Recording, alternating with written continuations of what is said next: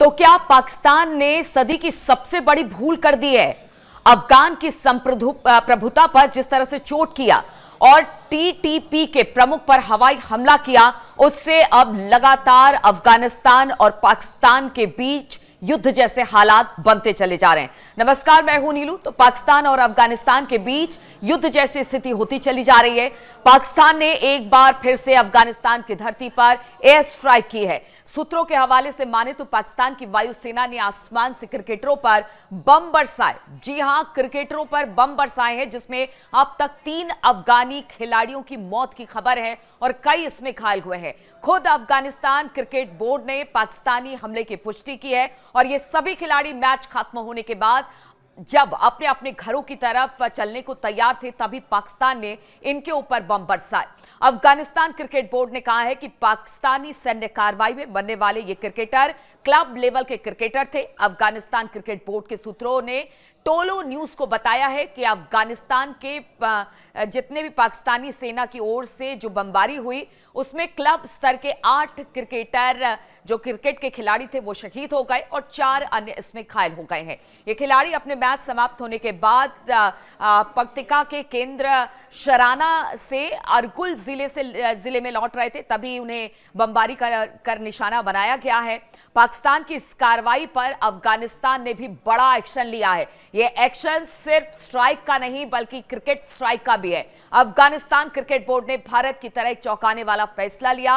Afghanistan cricket board ने कहा कि इस दुखद घटना के बाद और पीड़ितों के प्रति सम्मान प्रकट करते हुए अफगानिस्तान क्रिकेट बोर्ड ने नवंबर के अंत में होने वाले पाकिस्तान के साथ आगामी त्रिकोणीय T20 सीरीज में भाग लेने से उसने इनकार कर दिया है। आपको बता दें कि यह हमला तब हुआ जब पाकिस्तान और अफगानिस्तान के बीच 48 घंटे का सीजफायर हो चुका है।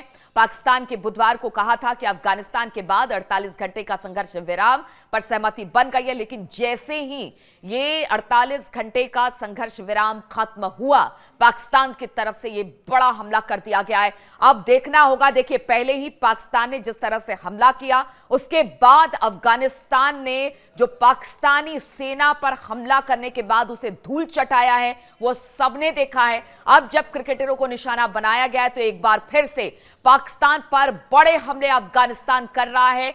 खुद पाकिस्तान ही आगे आकर यह कहता रहा कि सीज फायर कर ले।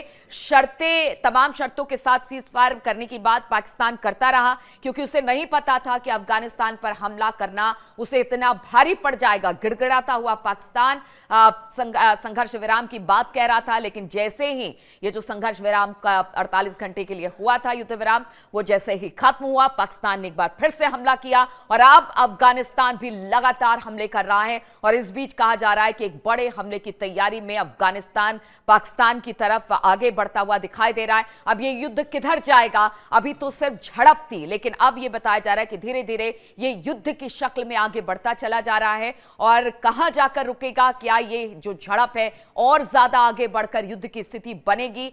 2 देश और एक बड़े युद्ध में फंसेंगे। लेकिन जिस तरह से संप्रभुता की बात लगातार अफगानिस्तान करता रहा है, उसने कहा है कि अगर पाकिस्तान ने हमला किया, उसके संप्रभुता को चोट पहुंचाई है, तो कड़ा जवाब तब तक देंगे जब तक पाकिस्तान रुकेगा नहीं। पाकिस्तान गिड़गिड़ाता तो है, लेकिन फिर हमला करता है और फिर मुंह की खाता है। एक बार फिर से अफगानिस्तान अब बड़े हमले की तैयारी में पाकिस्तान पर दिखाई दे रहा है।